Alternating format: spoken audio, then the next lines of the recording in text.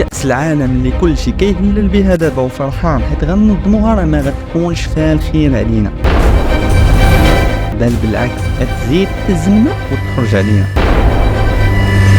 حنا ماشي قطر وما كنملكوش الفلوس اللي عند قطر والامكانيات ديالها. منين غنقدروا نجيبوا هاد الفلوس باش نبنيو هاد التيرانات اللي كيحتاجهم كأس العالم؟ راه غتخرج منا حنا كمواطنين عن طريق الضرائب، وكون غير كنا غنستافدوا منها. راه كي سالي كأس العالم نقدروا كلشي يمشي ونبقاو حنا مضاربين مع الكريديات. وخير مثال على هذا الشيء المكسيك اللي زاد ازمات مورا تنظيم كأس العالم 86 وما استافدت حتى حاجه. هذه هي الهضره اللي كنت شفت في بعض لي كومونتير من بعد ما تم اعلان ان الملف الثلاثي بين المغرب البرتغال واسبانيا حظى بشرف تنظيم كأس العالم 2030.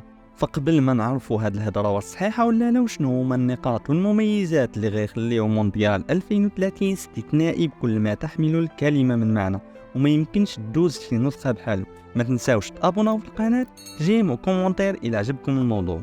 من بعد حوالي 5 المحاولات باش ننظموا كأس العالم 1994 1998 2006 2010 و2026 المغرب كيحصد نتيجة الصبر والإصرار ديالو وكيحظى بشرف تنظيم نسخة كأس العالم 2030 في ملف مشترك مع كل من إسبانيا والبرتغال.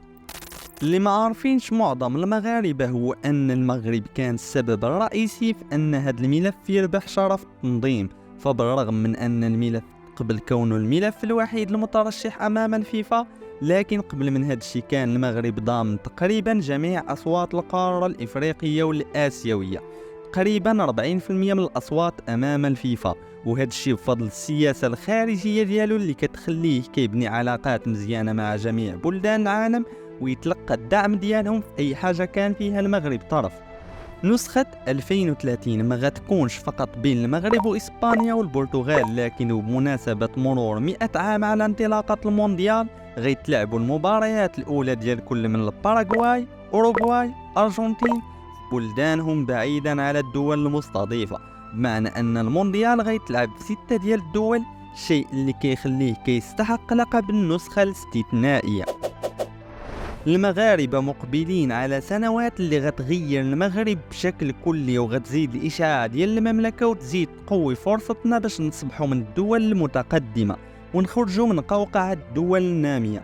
فقبل ما نوصلوا تنظيم مونديال 2030 واللي التأثير ديالو بان مع أول يوم، بحيث أن بورصة الدار البيضاء شهدت انتعاش غير مسبوق في الأسهم ديالها وارتفعوا الأثمنة ديال هذه الأسهم الشركات مع أول يوم من بعد إعلان أن المغرب ربح شرف تنظيم ديال المونديال في ملف مشترك.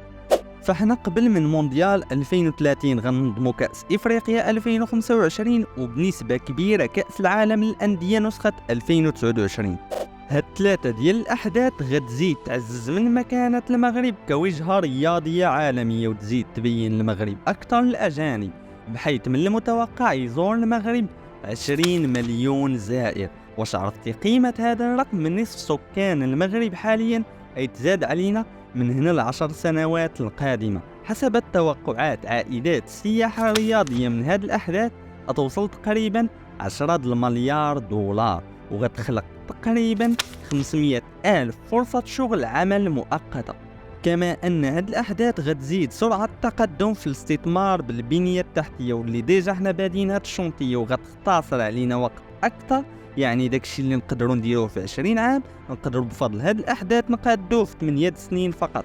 كأس العالم ماشي ملاعب فقط، لكن بنية تحتية ومشاريع، فنادق، يد عاملة وفرص شغل. 80% من الفلوس اللي كتخسر الدولة من أجل كأس العالم كتدوز للبنية التحتية واللي غتبقى ما بعد كأس العالم.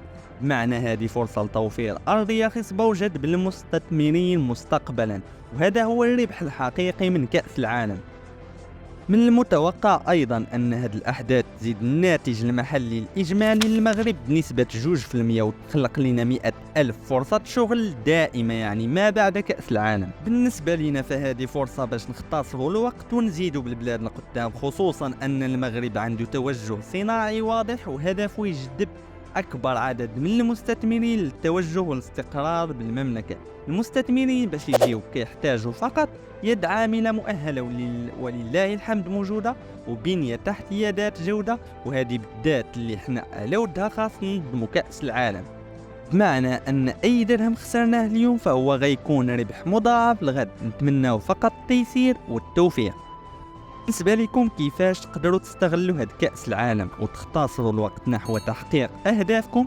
خليوا لي الأجوبة ديالكم في كومنتير، والسلام عليكم.